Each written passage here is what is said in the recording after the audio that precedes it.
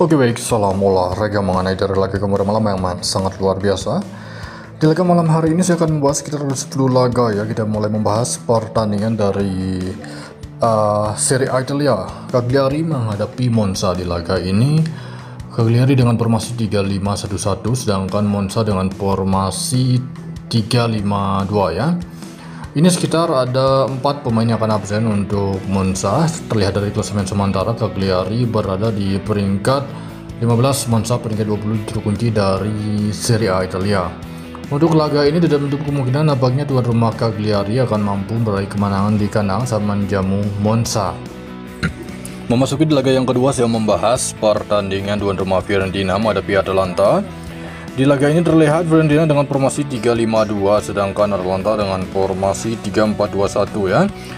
Untuk tuan rumah Fiorentina, 2 pemain mereka tidak akan bermain, sedangkan untuk Atalanta ini sekitar ada 8 pemain ya yang akan absen. Klasemen sementara di mana tuan rumah Fiorentina berada peringkat 8 dengan meraih 48 poin dari 29 laga, Atalanta berada di peringkat 3. Untuk laga ini kemungkinan besar Fiorentina akan cukup sulit untuk ditumbangkan di kandang ya. Jadi laga ini saya mengira bisa berakhir di skor imbang ya untuk laga Fiorentina menghadapi Atalanta. Oke, next selanjutnya kita membahas pertandingan tuan rumah Napoli menghadapi AC Milan ya. Terlihat di laga ini Napoli dengan formasi 3-5-2 mereka, sedangkan AC Milan dengan formasi 4-2-3-1. Untuk rumah Napoli, 1 pemain mereka akan bermain, sedangkan AC Milan di laga ini 2 pemain. Klasemen sementara tuan rumah Napoli berada di peringkat 2, sedangkan Milan berada di peringkat 9. Jadi untuk laga ini kemungkinan besar masih berpeluang ya untuk di Milan untuk bisa menahan tuan rumah di kandang. Oke, next berikutnya masih di Serie A Italia. Di laga ini mempertemukan tuan rumah Inter Milan menghadapi Udinese. Terlihat di laga ini Inter Milan dengan formasi 3-5-2, sedangkan Udinese di laga ini dengan formasi 4-4-2. Inter di laga ini sekitar ada 5 pemain mereka mengalami cedera, sedangkan Indonesia ada 5 pemain. Klasemen sementara Inter masih di puncak klasemen selisih 3 poin dengan peringkat 2 yaitu Napoli, sedangkan Indonesia pada peringkat 10. Untuk laga ini saya mengira laga mungkin akan selisih 1 gol untuk kemenangan tuan rumah Inter.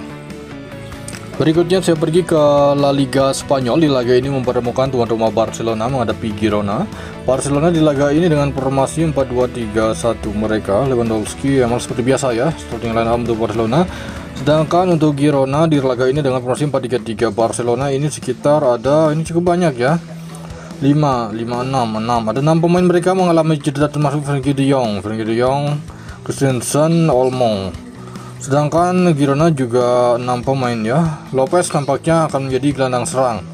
Dari klasemen sementara Barcelona berada di puncak klasemen, poin yang sama dengan Real Madrid, sedangkan Girona berada di peringkat 13. Nampaknya di laga ini Barcelona akan mampu meraih kemenangan saat menjamu Girona.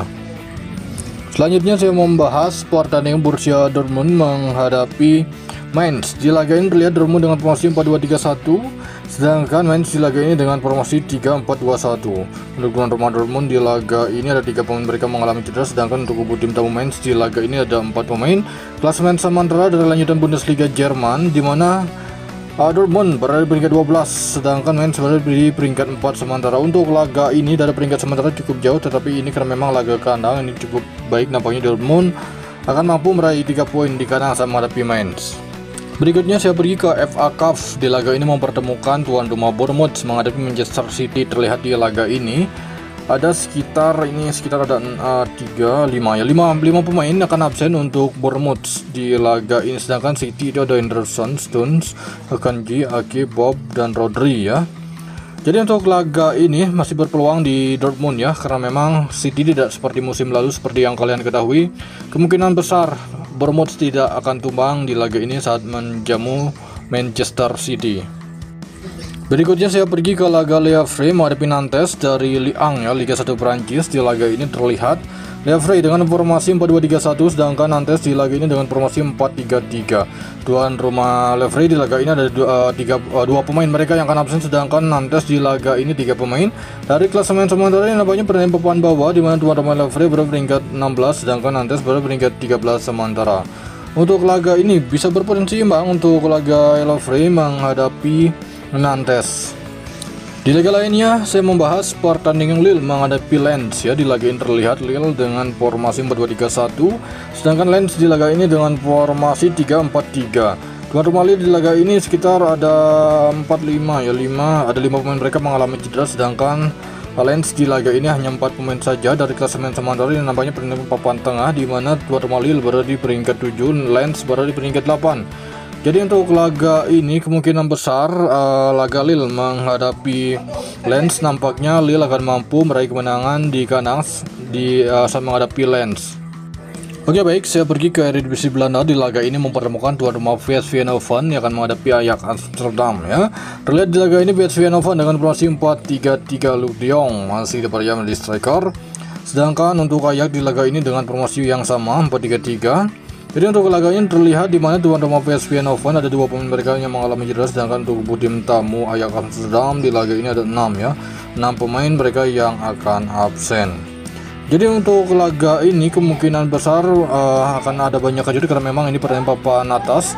Jadi menurut versi saya sendiri nampaknya tuan rumah PSV Eindhoven akan mampu meraih 3 poin di kandang.